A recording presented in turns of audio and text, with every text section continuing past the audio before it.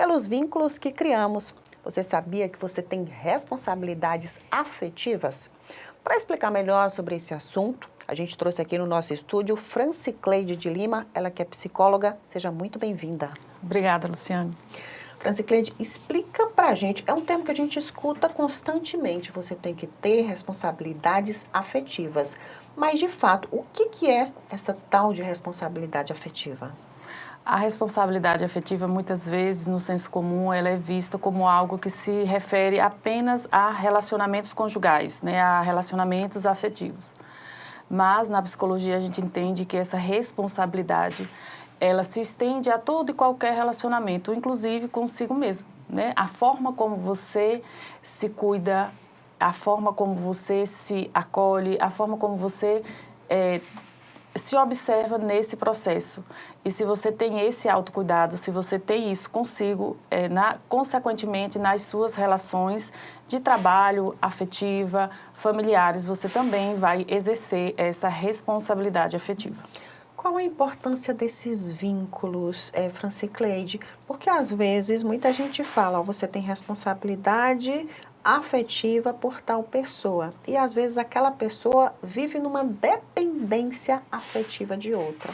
Até que ponto isso é saudável e até que ponto não é? É saudável desde que as duas pessoas tenham autonomia para exercer aquilo que é, de verdade, importante para si. Né?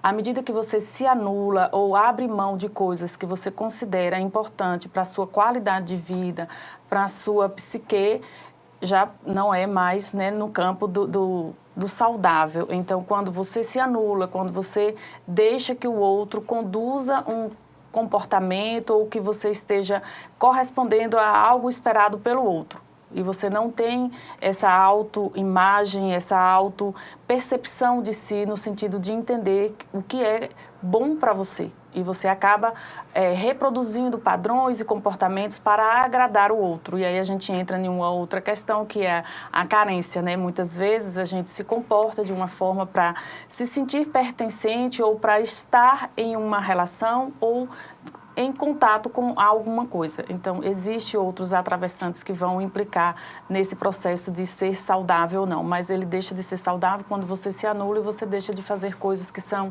importantes para você. No início da nossa entrevista, você pontuou bem que muita gente leva essa questão da responsabilidade afetiva só para casos amorosos. Mas existem as responsabilidades afetivas em amizades, no vínculo familiar. Como é que seria essa responsabilidade afetiva dentro de casa, no convívio, vamos colocar com os filhos? Com os filhos. A gente parte do princípio que responsabilidade afetiva está muito relacionado ao princípio do amor. E o que seria o princípio do amor? O cuidado, né, e a atenção. E hoje a gente percebe que a gente vive num mundo muito acelerado, num mundo muito tecnológico, onde esses princípios básicos, eu diria, fundamentais para um bom relacionamento de mãe e filho, de marido e mulher, de amizade, eu entendo que eles se perderam. Eu acho que nós, com essa tecnologia toda, com essas exigências do mundo moderno, eu acho que a gente perdeu um pouco a habilidade de dar atenção ao outro. Então, dar essa atenção é uma forma da gente, né, ter essa responsabilidade afetiva com os nossos filhos, a gente ser, né, ser e estar presente. Eu acho que isso é, assim, fundamental para a gente entender o que é, de fato, uma responsabilidade afetiva. É você ter essa atenção e esse cuidado. Vamos falar de ausência de responsabilidade afetiva. O que isso pode gerar uma convivência, quer seja familiar, quer seja uma relação de marido e mulher, enfim? Lu, o comportamento ele é aprendido, né? Então, assim, a gente pode entender que existem comportamentos por experiências que possam levar a gente a não dar essa atenção e não ter esse cuidado com o outro, né? Nós somos de uma sociedade machista, então, assim, pode-se ter a ideia de que isso não é tarefa do homem, isso é da mulher. E no mundo moderno a gente entende que essa relação saudável precisa ter parcelas de responsabilidade, tanto de um quanto do outro. Então, quando, né, não tem isso, pode gerar, sim, uma sensação de abandono, pode gerar, sim, uma sensação de você estar de solidão, de falta de cuidado, de fato. É possível cobrar essa responsabilidade, que muita gente fala, cobrar afeto? É possível, por quê? Porque, como eu te disse, comportamento é aprendido. Pode ser que a gente não tenha tido na nossa história de vida um cuidado onde a gente foi ensinado a se comportar de forma cuidadosa, a zelar do outro. Existem pessoas, né, existem histórias onde a gente só foi cobrado.